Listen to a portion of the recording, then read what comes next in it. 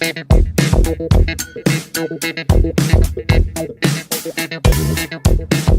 there, English learners. Welcome to English Podcast 2.0, the podcast where learning English gets fun, easy, and totally relatable. All right, so, you sent over some notes, and it looks like it's a script for like an English language learning podcast. They're calling it English Podcast 2.0. And I was looking it over, and what really stood out to me was the format. Okay. They've structured the whole thing as like these little mini plays. Interesting. Like set in everyday scenarios. Okay. So it's kind of like a sitcom, I guess, but for language learning.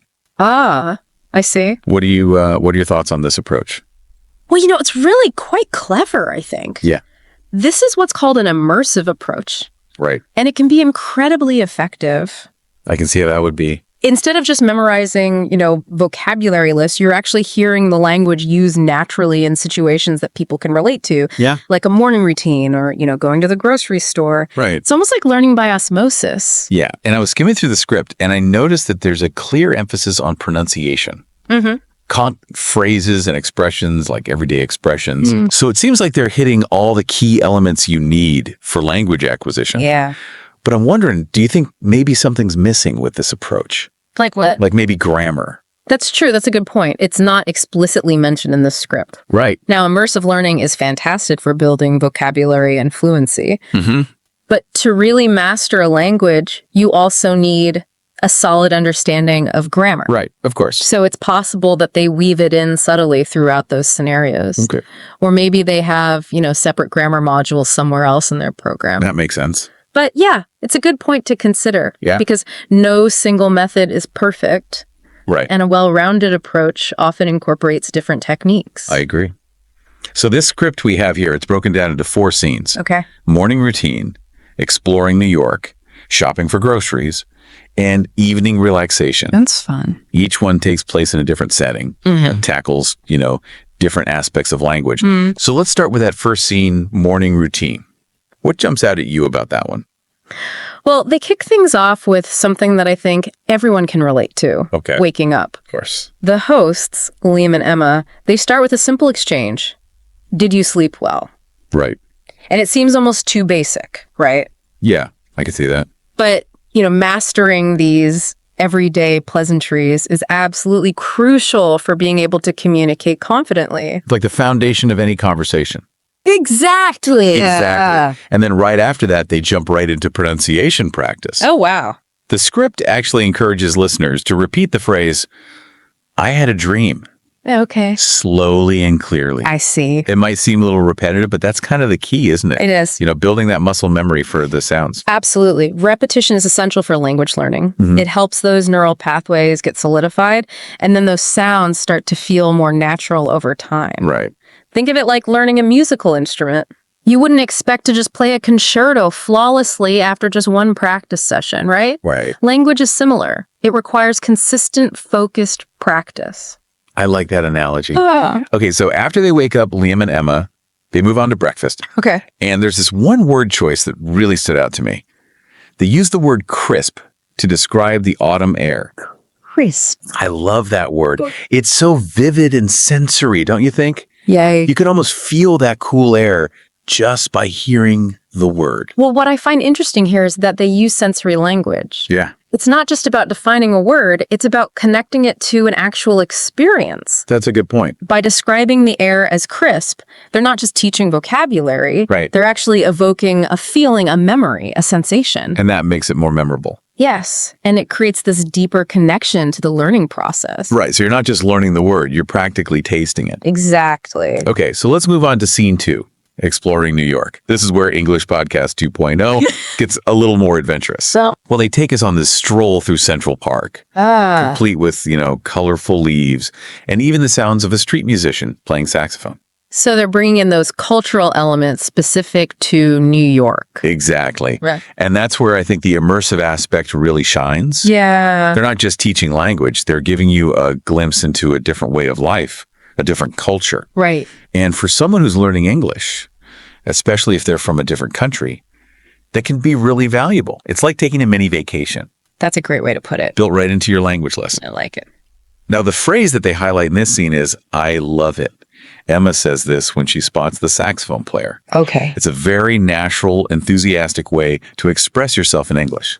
And again, they emphasize repetition. Right. They want you to really own that phrase, internalize it. Yeah. And think about it. How often do you express genuine enthusiasm in your daily life? That's true. This simple phrase can be your go-to for those moments of delight and excitement. And mastering it adds another layer of fluency and authenticity to your communication. And it just feels good to say, I love it. It does. All right. On to scene 3, shopping for groceries. A classic setting for practicing everyday English. It is. Liam and Emma are navigating the aisles, picking out produce. Uh-huh. And wait a minute. Liam has this thing for bananas. Oh, really? He even says, guilty as charged, when Emma teases him about it. Sounds like they're having fun with it. A little humor sprinkled in. I like it. Well, humor is actually a fantastic tool for learning Yeah. Why is that? because it creates this emotional connection to the material. That's true. When you laugh, you're more likely to remember what triggered that laughter. Right. So while you're chuckling at Liam's banana obsession, you're also absorbing new vocabulary without even realizing it. Sneaking in that learning. Exactly. Okay. The phrase they highlight here is, they smell great. Okay. Emma says this while she's picking out apples, I see. emphasizing the importance of using your senses when you're shopping. It's a very practical phrase, It is. and it reinforces that idea of engaging all your senses while learning. Yeah. Just like we were talking about with the word crisp. Absolutely. They're consistently linking language to real-world actions and experiences. Right. And that makes it much easier for learners to understand the meaning and how to use it. And remember it. Exactly. It's not just about knowing the words, it's about knowing how to use them in real life So it's functional language. at its best. And that's what I think makes this English Podcast 2.0 so intriguing. Mm-hmm. They're not just throwing words at you, they're teaching you how to communicate, Right. how to interact with the world around you using English. I see. And it's not just the individual word, English Podcast 2.0 also introduces these useful phrases like, should we get these? Right. And what else do we need? I mean, these are questions that you would actually use while shopping. Exactly. So learners are getting this real taste of functional language. It's giving you the tools to actually use the language, Right. not just understand it in theory. Right. Okay. So let's move on to the final scene. Okay. Evening relaxation. I like how they wrap up the podcast with a sense of calm, Yeah. and you guessed it, a bit more humor. They're never let up on the humor. Liam and Emma are just unwinding in front of the TV, Okay. and Emma uses the phrase, "This show is hilarious." All right. It's a simple phrase, but think about all the situations where you could actually use it. Yeah. Like what? Sharing a funny video with a friend, Yeah. reacting to a comedian's joke, Uh-huh. or even describing a sitcom like the one we're talking about right now. Exactly. And it reinforces subtly, the importance of pronunciation. Right. They're encouraging you to pay attention to the sounds, the rhythm of the phrase. Yeah. It's all about integrating these micro lessons into these relatable scenarios. It's like they're planting these little seeds of language learning throughout your day without it feeling like a chore. I mean, this immersive approach seems really effective, but Yeah. do you think it would work for everyone? That's a great question. Yeah. While immersive learning can be very, very effective, it's not a one-size-fits-all solution. Right. Some learners might really thrive in a classroom setting I can see that. with, explicit grammar rules and structured exercises. Mm-hmm. Others might prefer a self-directed approach using apps or online resources. So it's about finding what works best for you. Exactly. Your learning style, your goals, your schedule. So we've gone through this script pretty thoroughly now. We have. Broken down each scene Uh-huh. and the techniques they use. Yep. What do you think, what stands out to you as the most effective teaching strategy that they use? I think their consistent integration of humor repetition and those relatable scenarios is really noteworthy. Yeah. They're making language learning fun and accessible, which can be a game changer for a lot of learners. That's true. Huh. Think back to your own experiences with learning. The things that you remember the most vividly are often the things that spark some sort of emotional response. True. A moment of laughter, a sense of wonder, a personal connection. Right. And I think English Podcast 2.0 really taps into that. Beautifully. They're not just teaching words. They're creating an experience, And adventure. an adventure. It's like learning English by living it. Precisely. Yeah.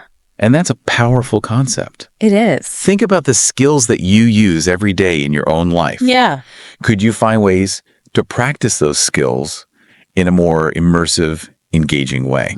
Could you create your own version of English Podcast 2.0 for your own, personal or professional development? That's a really intriguing question. It's like taking the principles of language learning and applying them to any skill that you want to master. So it's more than just an English learning tool. It is. It's like a blueprint for effective learning in general. By demonstrating the power of immersive learning, they're offering this model that can be applied to so many other fields. That's a good point. They're showing us that learning can be this joyful, integrated part of life, not just a compartmentalized activity. Exactly. Yeah. So what's the key takeaway here for our listeners today? What's the one thing they should remember from this? This deep dive has really highlighted the potential of immersive learning. Yeah. It's not just about language. Right. It's about finding ways to experience knowledge firsthand to make it come alive in a way that resonates with you. Right. Whether you're learning a new language, a musical instrument, or a complex skill, seek out those opportunities for immersion. So step outside the textbook, the lecture hall, the traditional methods. Find ways to live the knowledge, to breathe it. To make it a part of your daily experience. Exactly. It's about turning learning into an adventure, a journey of discovery. Instead of just acquiring information, you're embracing it. Yeah. You're making it your own. Yeah. Yeah, it really is like we've been given this whole new way to think about learning. It's not just about taking in facts. It's about actually experiencing them. Exactly. And that's what English Podcast 2.0 shows us so well. It reminds us that learning can happen anywhere, anytime. Right. As long as we're open to it and willing to engage with the material, in a dynamic way. Think about how kids learn. Yeah. They're always exploring, experimenting, immersing themselves in everything around them. They don't think of learning as this separate thing. Yeah. For them, it's just part of life. So English Podcast 2.0 is kind of encouraging us to get back to that. I think so. That childlike sense of wonder and curiosity. Yeah. To approach learning with a sense of playfulness and adventure. That's a beautiful way to put it. And it's a good reminder that learning doesn't have to be a chore. Right. It can be a source of joy, a way to connect with the world around us, and a path to personal growth. Well, I think we've uncovered some really great stuff in this deep dive. Yeah. English Podcast 2.0 has given us a look at some effective language learning techniques. But it's also made us think about how we approach learning in all parts of our lives. Absolutely. I couldn't agree more. It's been great exploring the script with you. Likewise. And I hope our listeners got something out of it too. Definitely. Always fascinating talking with you. So to our listener, remember what we've learned here today. Embrace the power of immersive learning. Yes. Find ways to make knowledge come alive and never stop being curious. That's the key.